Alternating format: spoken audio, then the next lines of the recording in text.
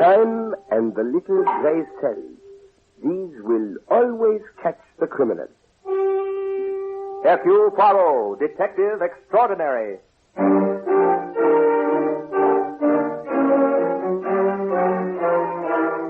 From the thrill-packed pages of Agatha Christie's unforgettable stories of corpses, clues, and crime, Mutual now brings you, complete with bowler hat and magnificent mustache, your favorite detective, Hercule Poirot, starring Harold Huber in The Bride Wore Fright.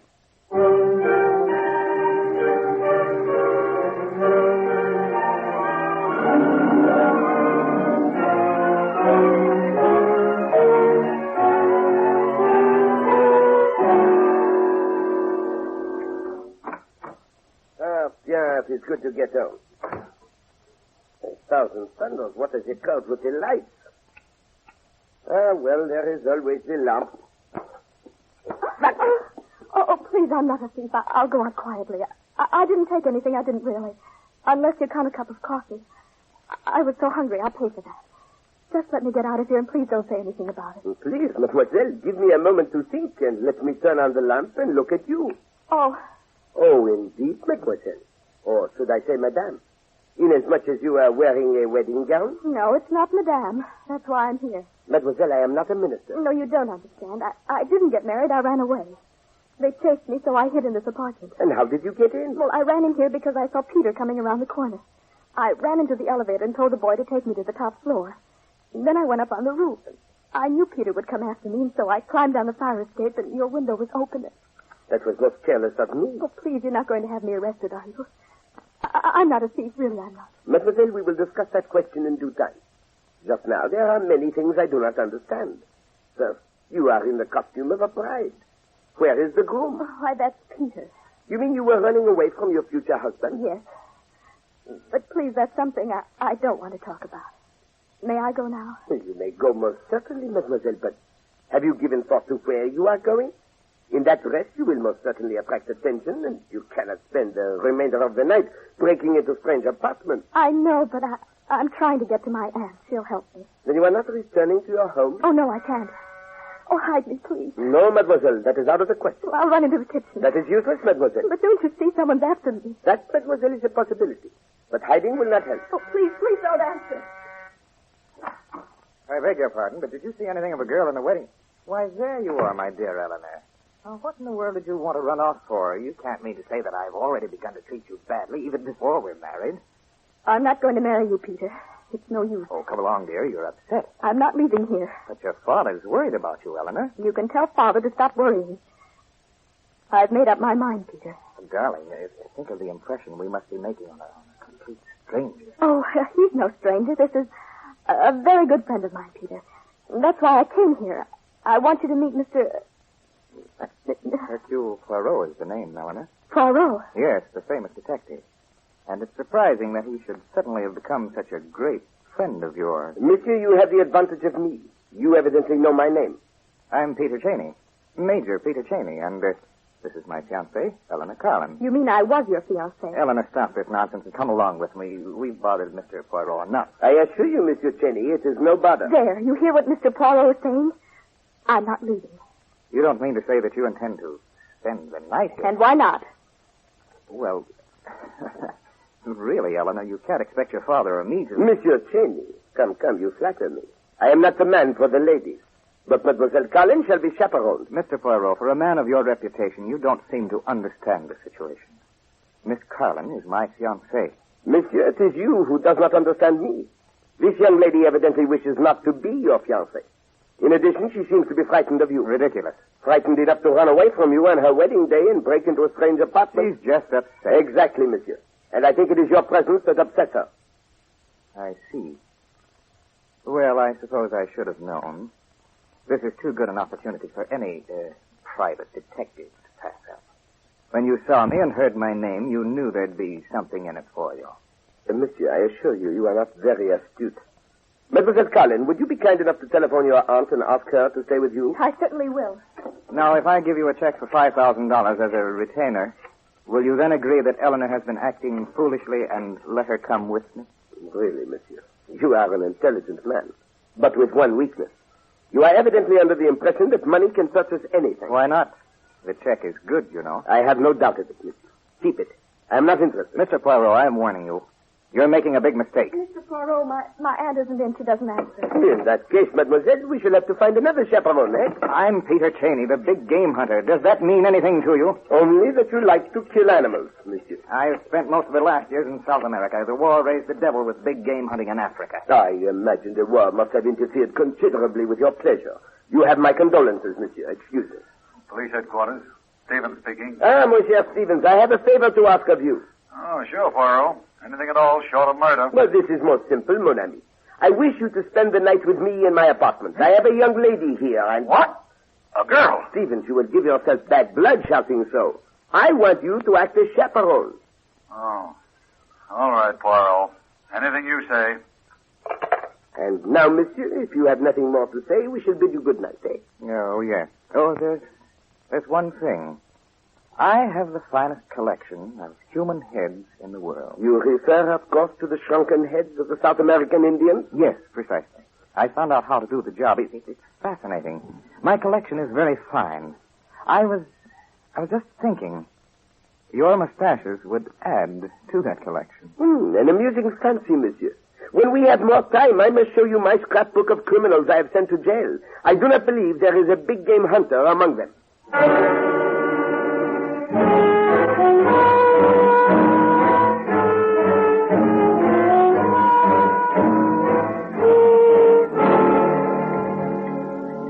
Well, at least I'm getting a good breakfast out of this, Poirot. What's the matter? You're not eating. I am worried, mon ami. Now, look, Poirot, you've done enough for Miss Carlin already. She's going over to her aunt's this morning, and that's all there is to it. I only wish you were right, mon Dieu. Monsieur Cheney will not let go so easily. Well, I still don't see what you can do about it. After all, it isn't a crime to want to marry a girl. Good morning, Mr. Poirot. Oh, Inspector Stevens. Good morning. I want to thank you for being so kind to me. That smells good. And it is good, mademoiselle. Come, sit down. And Okay. this time you can drink coffee and not worry about being taken for a thief, eh? Yes, monsieur? Eleanor, I'm surprised at you. To think that my daughter would disgrace me by running away from a wedding and making a public exhibition of herself is shameful. Good morning, Eleanor. Oh, Peter, you too? Well, young lady. Father, I'm sorry. I know that what I did was pretty bad. I should have refused to go through the wedding in the first place. But why? What possible objection can you have to Major Cheney? Only that I'm not in love with him, Father. And I should think that would be enough reason for any father not to force his marriage into any marriage. I'm sure you'll learn to love me, Eleanor. Oh, nonsense. The girl doesn't know her own mind. She's much too young. I'm old enough to be able to make up my own mind as to whom I want to marry. I'm over 21, and you can't make me marry anyone I don't want to. Eleanor, I want you to come home and talk this over with me reasonably. I'm sorry, Father.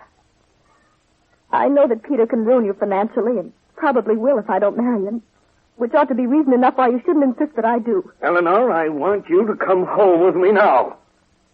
I'm sorry, Father. I'm going to live with Aunt Susan. Let Eleanor do what she wants, Roger. I like a girl with a mind of her own. Don't worry. I'll change it. Well, that's very decent of you, Peter. And as for you, gentlemen, you meddling, interfering French busybody... Monsieur Darlin, that I will not tolerate. I am not French. I am Belgian. And you! Since when do the members of the New York police force interfere between a father and a daughter? Huh? Well, I Mr. Darlin, Inspector Stevens spent the evening with me as my invited guest, which is a good deal more than I can say for either yourself or Monsieur Cheney. His presence here was in a friendly, not an official capacity. Come along, Roger. I don't think we're wanted. Oh, by the way, Inspector, if anything should happen to Mr. Poirot, anything violent, I mean, I trust that you will then be present in your official capacity. Good day, gentlemen.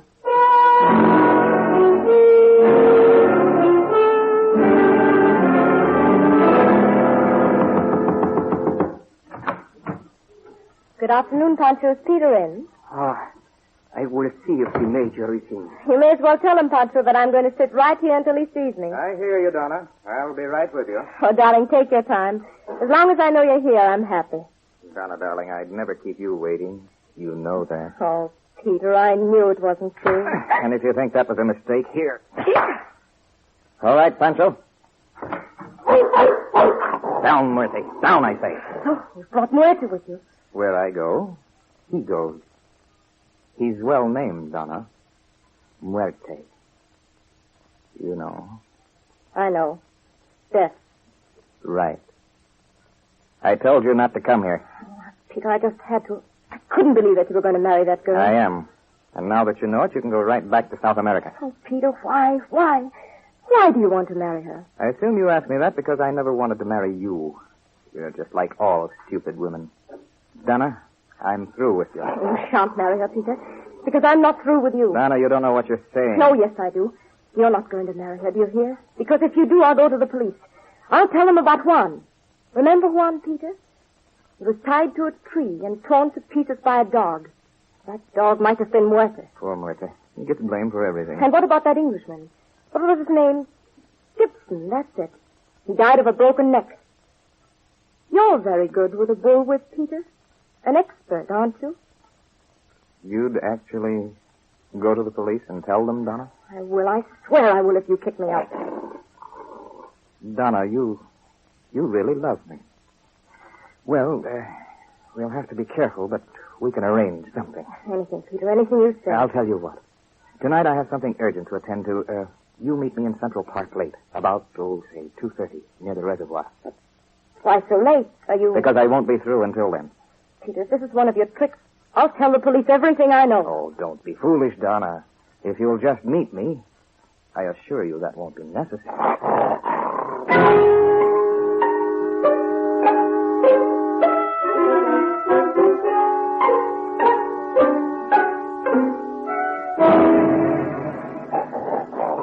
Easy now, Muerte. Easy. Wait, boy. Wait. Peter? Oh, Peter, where are you? There she is, Muerte. Get her, boy. Drive her towards me.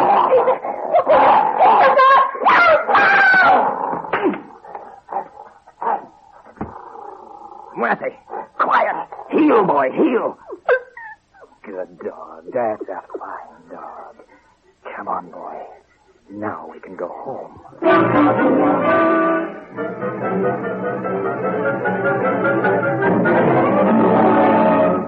Well, that's the way we found her, Poirot. Lying in the bushes near the reservoir with her neck broken like that. Ah, the pauvre petite. This is a most singular affair, Stevens. The manner in which the neck is broken gives one furiously to think, n'est-ce pas? Somebody awfully powerful must have gotten hold of her. Perhaps, but if that is true, mon ami, where are the marks of fingers? Hey, all right, Poirot. She must have been hit with something. Exactly, mon ami, but with what? Tell me, what was her name? Donna Moreno. She just got in from South America yesterday. Oh, good morning, Inspector. Good morning, Good morning. Mr. Poirot. Good morning. Well, this is my first visit to a police headquarters. The policeman downstairs said I'd find you up here, Inspector. What do you want?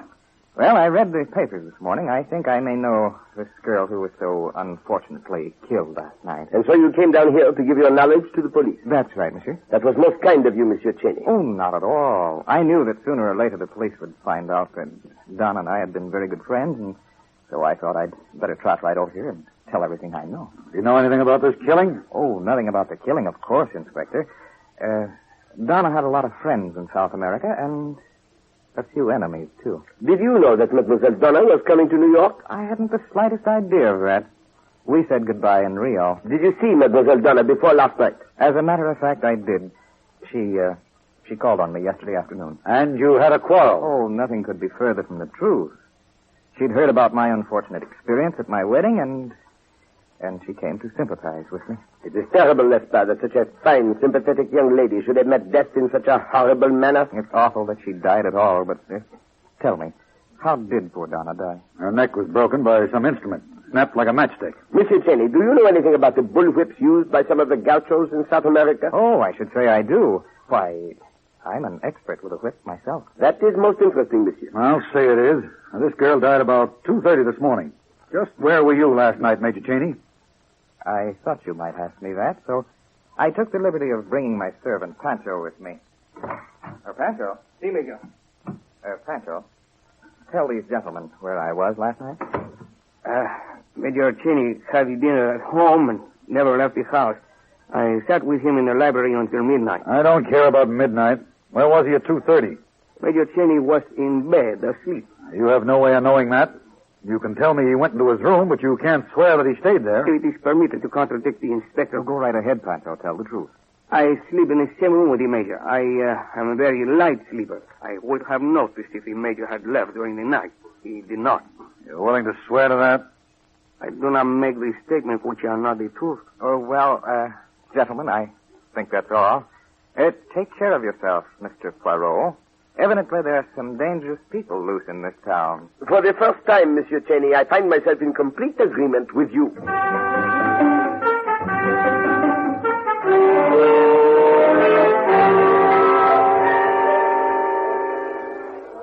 you mind if I sit down, Eleanor? Oh, Peter, I wish you'd leave me alone. Aren't you tired of working, Eleanor? You don't have to, you know. I like working. And inasmuch as I only have an hour for lunch, I'm sure you'll forgive me if I start Oh, of course. By the way, I wouldn't bother about hurrying back to the office if I were you. I certainly don't intend to be late. Oh, it doesn't really matter. You work for the Lee Construction Company, don't you? Why, yes, I do, but... I have an idea that they're not going to require your services after today. So you managed to get them to fire me. Yes, Eleanor. And I'm telling you that I'll do the same with every job you get or try to get. I like a woman who fights, but I like to show them I can fight, too. Oh, Peter, I don't want to fight. I just want you to leave me alone. You know this is going to be fun. When I was in South America, I think I enjoyed the thrill of tracking an animal more than the actual kill. Peter, this isn't a game with me. I'm not going to marry you, and I'm not going to be tracked like any animal. No? Well, what are you going to do? I'll see that you don't get a job, you have no money, and you're too proud to take any from your aunt.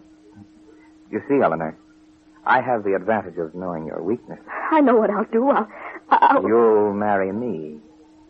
Eventually.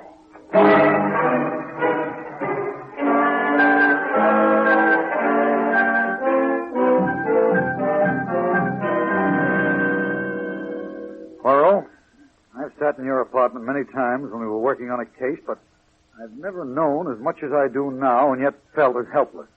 Then you do know the murder of Mademoiselle Moreno, mon ami. Sure, don't you? Yes, it is a certainty. And the devil of it is we can't do a thing. I don't dare arrest that Cheney guy. I haven't got a case. That phony alibi is perfect. No alibi is perfect, mon brave. Monsieur Cheney is a murderer, and he must be punished. Yeah, but how? Poirot, I tell you, the DA wouldn't even take the case to court. What have we got to go on? Well, the fact that Monsieur Cheney knows Mademoiselle Moreno, the fact that she visited him on the afternoon of her death, and the fact that Monsieur Cheney is an expert with a bullwhip, the weapon by which Mademoiselle Moreno was killed. Yeah, but all that's the flimsiest kind of circumstantial evidence. Put all that against his alibi, and we're licked. In this instance, mon cher Stevens, I agree with you. Good afternoon, Mr. Poirot. Hello, Inspector. How do you do? Seems I come running to your apartment every time I'm in trouble. Yeah, Mademoiselle Carlin, it is a pleasure to have your company. Although the inspector and myself regret that you are in difficulty. It's Peter again. He won't let me alone. But I don't suppose you're interested in hearing about my trouble. But indeed we are very much interested. Now, careful, Poirot. I don't want to get sued for libel. And that's something this Cheney guy is perfectly capable of doing. You mean Peter's in trouble with the police? That is just the point, mademoiselle. Monsieur Cheney is not in trouble, but he should be. Why? What has he done? First, what has he been doing to annoy you? Well, he's gotten me fired from my job and threatened to keep me from working. And he seems perfectly able to do it. Christy Stevens, this Cheney must be checked. Yeah, but how? What has he done? He is a murderer, mademoiselle. Of that we are perfectly certain. But he is diabolically clever. He has found a simple way of committing murder so that we know he has done it, and yet we cannot prove it in a court of law. Now, please don't tell anybody, Miss Carlin. Oh, no. I can't tell you how we're going to handle him, though. He has an unbreakable alibi. Mon ami, he has, therefore we must break it. And I think I know how. Well, are you going to let me in on this? Most certainly, mon vieux. Mademoiselle, you said that Monsieur Cheney still wants you to marry him? Yes, and it frightens me. That I can understand, mademoiselle. But that makes me believe that we can start to begin to arrive in the vicinity of somewhere. I beg your pardon? What did you say? Carlin, that means he has an idea. Exactly, mon cher Stevens. The little gray cells have found a way. What are you going to do? First, I am going to the Museum of Art, mon vieux. And if I find what I seek, then I go to pay a call on Monsieur Cheney.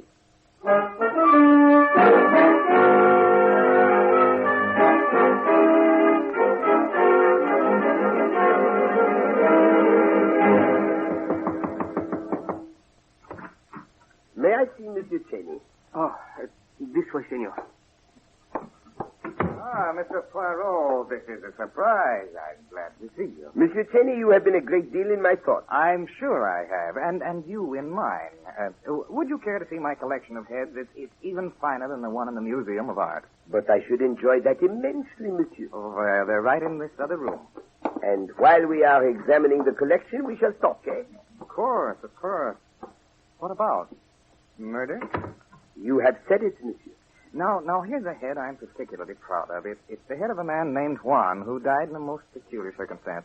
Some animal had chewed him almost to pieces, yet you can hardly see the trace of a scar. Perhaps he was murdered, monsieur. Well, now, what makes you say that? Down, Murphy. Stay back. It seems that so many things about you, Monsieur Cheney, bring murder to my mind. Even your dog is named Death. That's because he's dangerous, Mr. Poirot. I always think people should be warned, don't you? But of course. And did you warn poor Mademoiselle Donna, monsieur? Well, now, why should you think I had anything to do with Donna's death? I do admire the way it was done, though, quickly and efficiently. I understand you have been annoying Mademoiselle Collins. I thought we were going to talk about murder. Oh, now, here's another fine example of the art of shrinking human heads. Murder and marriage, monsieur. I just thought it fair to warn you that I will not allow Mademoiselle Collins to marry a murderer. Good for you, good for you. I wouldn't want Eleanor to marry someone like that either. Monsieur, I am saying that I know you are a murderer. Oh. I am also saying that I will not permit Mademoiselle Collins to marry you even if she wants. And I'm telling you that it's none of your business. And, Monsieur Cheney, I shall do everything in my power to help Mademoiselle Collins, financially and otherwise. You will persist in sticking your neck out. And you break necks that are in your way. N'est-ce pas? Sometimes. But listen, Mr. Poirot, I have too much respect for you to want to quarrel. I'd like to get together when I've had time to think this over, and maybe we can talk more reasonably. Anytime you say, monsieur. Well, frankly, I'm too upset now to be able to think clearly. Shall we say, tonight at 11? Consider it said, monsieur. Shall we meet here? No, I'd rather not. Oh, come. Surely you are not going to ask me to meet you in the park. Oh, no, of course not. I don't think you would anyway. Not without being followed by a good number of police. And you would not like that, monsieur? I think our meeting place should be private, don't you? By all means, monsieur. I have it. There's an old hot dog stand out on Long Island, been abandoned for quite a while, just a few miles east of Bayville on Route 19. It's in the middle of a vacant lot. Nothing around for miles. You can see anyone coming miles away. How about meeting me there? Monsieur Cheney, you have an appointment.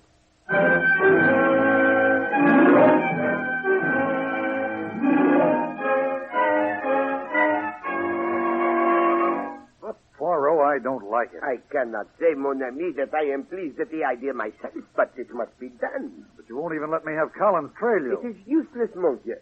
This must be done this way or not at all. Okay. Tell me what you want me to do. It is simple but vital. You must go to the house of Monsieur Cheney and tell his servant Pancho that Monsieur Cheney has been hurt, badly hurt.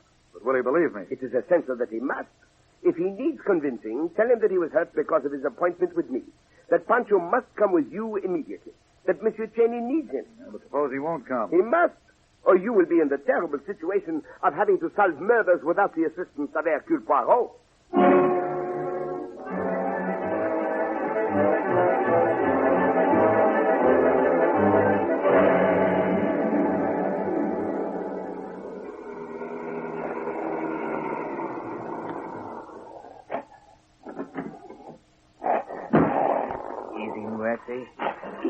Easy, boy.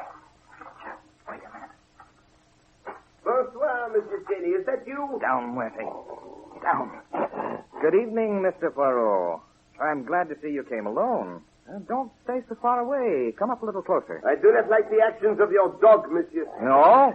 Well, I don't think he likes you either. Get him, Murphy. Get him. Come, Monsieur Cheney. That was stupid of you, eh? Did you think I would come unarmed to meet you? I'm glad to see the pistol in your hand. Oh, may I congratulate you, monsieur? You are most expert with that whip. Thanks. Start running, Mr. Poirot.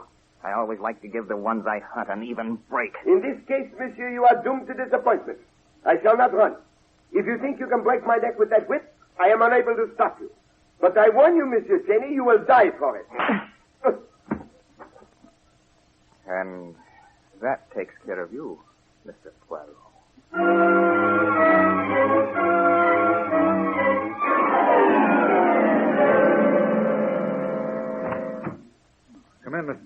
Sit down. Oh, thank you, Inspector. I seem to be spending a good deal of time at police headquarters lately. I'm warning you, Cheney. I'm holding you for the murder of Hercule Poirot. Anything you say may be used in evidence against you. Oh, don't be ridiculous, my dear Inspector. Well, what is this, a joke or something? If it is, it's in very bad taste. Stop stalling, Cheney. I've got you dead to rights. I begin to see. This is evidently a trap of some kind. Mr. Poirot pretends to be dead Cheney, while you... I've arrested a lot of cold-blooded killers in my time. But I tell you, I've never been as vindictive towards any of them as I feel towards you. You not only killed a great detective, but the best friend I ever had. Before you go any further, Inspector, I'd like to warn you that I'm going to sue you for false arrest and libel, or else have you put in an insane asylum. I suppose you're going to tell me you were home all night and your servant Pancho was prepared to swear to it. That's exactly what I'm telling you. Okay, that's it. That's all I wanted to hear. Come in, Pancho. Oh, Pancho, will you please tell the Inspector where I was this evening? Well? Pancho, what's the matter with you? Tell the Inspector where I was. Please do forgive Pancho, Major. I cannot.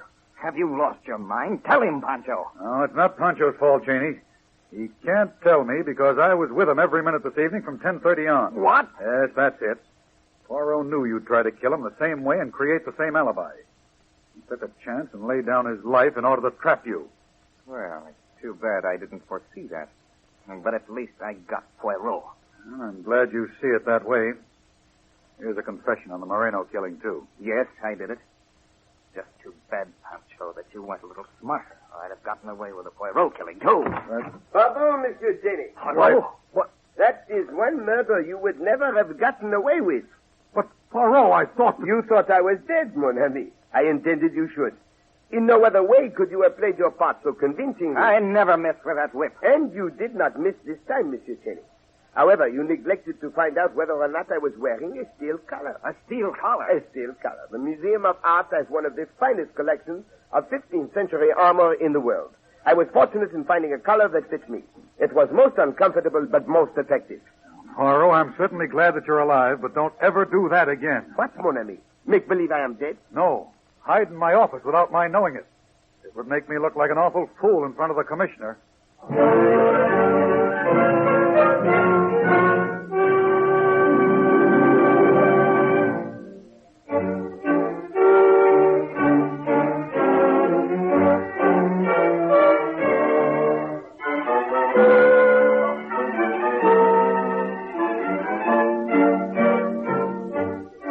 To listen next week when Agatha Christie, America's favorite mystery writer, brings you her favorite detective, Hercule Poirot, starring Harold Huber in The Letter and the Mad Woman.